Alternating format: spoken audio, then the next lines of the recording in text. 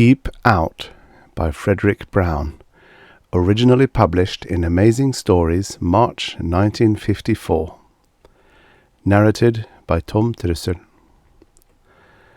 With no more room left on Earth, and with Mars hanging up there empty of life, somebody hit on the plan of starting a colony on the Red Planet.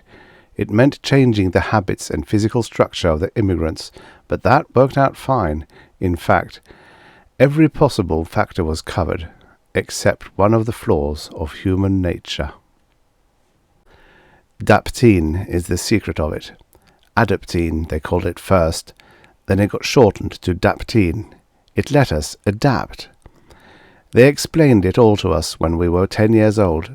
I guess they thought we were too young to understand before then, although we knew a lot of it already. They told us just after we landed on Mars. "You're home, children," the head teacher told us after we had gone into the glassite dome they'd built for us there, and he told us there'd been a special lecture for us that evening, an important one that we must all attend. And that evening he told us the whole story and the whys and wherefores. He stood up before us. He had to wear a heated spacesuit and helmet, of course, because the temperature in the dome was uncomfortable for us, but already freezing cold for him, and the air was already too thin for him to breathe. His voice came to us by radio from inside his helmet. "Children," he said, "you are home. This is Mars, the planet on which you will spend the rest of your lives. You are Martians, the first Martians. You have lived 5 years on Earth and another 5 in space. Now you will spend 10 years until you are adults in this dome, although toward the end of that time you will be allowed to spend increasingly long periods outdoors. Then you will go forth and make your own homes, live your own lives as Martians. You will intermarry, and your children will breed true. They too will be Martians. It is time you were told the history of this great experiment of which each of you is part." Then he told us. Man, he said, had first reached Mars in 1985. It had been uninhabited by intelligent life. There is plenty of plant life and a few varieties of non-flying insects, and he had found it by terrestrial standards uninhabitable. Man could survive on Mars only by living inside glassite domes and wearing spacesuits when he went outside for them. Except by day in the warmer seasons, it was too cold for him. The air was too thin for him to breathe, and long exposure to sunlight, less filtered of rays harmful to him than on Earth because of the lesser atmosphere, could kill him. The plants were chemically alien to him, and he could not eat them. He had to bring all his food from Earth or grow it in hydroponic tanks. For 50 years he had tried to colonize Mars, and all his efforts had failed. Besides this dome, which had been built for us, there was only one other outpost, another glassite dome much smaller and less than a mile away. It had looked as though mankind could never spread to the other planets of the solar systems, besides Earth, for of all of them Mars was the least inhospitable. If he couldn't live here, then there was no use even trying to colonize the others. And then, in 2034, 30 years ago, a brilliant biochemist named Weymouth had discovered daptine, a miracle drug that worked not on the animal or person on whom it was given, but on the progeny he conceived during a limited period of time after inoculation. It gave his progeny almost limitless adaptability to changing conditions, provided the changes were made gradually. Dr. Weymouth had inoculated and then mated a pair of guinea pigs. They had borne a litter of 5, and by placing each member of the litter under different and gradually changing conditions, he had obtained amazing results.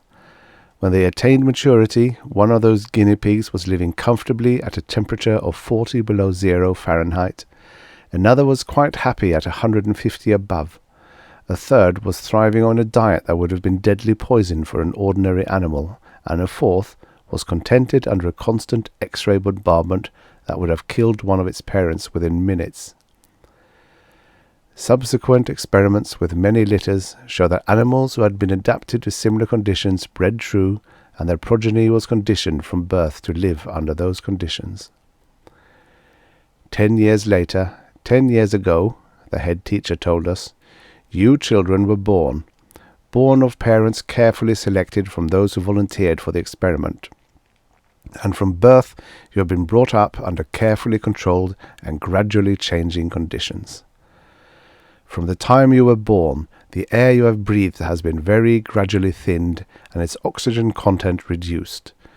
Your lungs have compensated by becoming much greater in capacity, which is why your chests are so much larger than those of your teachers and attendants. When you are fully mature and are breathing air like that of Mars, the difference will be even greater. Your bodies are growing fur to enable you to stand the increasing cold. You are comfortable now under conditions which would kill ordinary people quickly. Since you were 4 years old, your nurses and teachers have had to wear special protection to survive conditions that seem normal to you. In another 10 years, at maturity, you will be completely acclimated to Mars. Its air will be your air, its food plants your food. Its extremes of temperature will be easy for you to endure, and its median temperatures pleasant to you. Already, because of the 5 years we spent in space under gradually decreased gravitational pull, the gravity of Mars seems normal to you.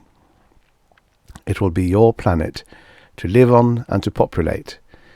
You are the children of Earth, but you are the first Martians. Of course, we had known a lot of those things already. The last year was the best. By then, the air inside the dome, except for the pressurized parts where our teachers and attendants live, was almost like that outside, and we were allowed out for increasingly long periods. It is good to be in the open. The last few months they relaxed segregation of the sexes so we could begin choosing mates, although they told us there is to be no marriage until after the final day, after our full clearance. Choosing was not difficult in my case. I had made my choice long since, and I'd felt sure that she felt the same way. I was right. Tomorrow is the day of our freedom. Tomorrow we will be Martians. The Martians. Tomorrow we shall take over the planet. Some among us are impatient, have been impatient for weeks now, but wiser counsel prevailed, and we are waiting. We have waited 20 years, and we can wait until the final day, and tomorrow is the final day. Tomorrow, at a signal, we will kill the teachers and the other Earthmen among us before we go forth. They do not suspect, so it will be easy. We have dissimulated for years now, and they do not know how we hate them. They do not know how disgusting and hideous we find them, with their ugly misshapen bodies, so narrow-shouldered and tiny-chested, their weak, sibilant voices that need amplification to carry in a Martian air, and above all, their white, pasty, hairless skins. We shall kill them, and then we shall go and smash the other dome so all the Earthmen there will die too. If more Earthmen ever come to punish us, we can live and hide in the hills where they'll never find us. And if they try to build more domes here, we'll smash them.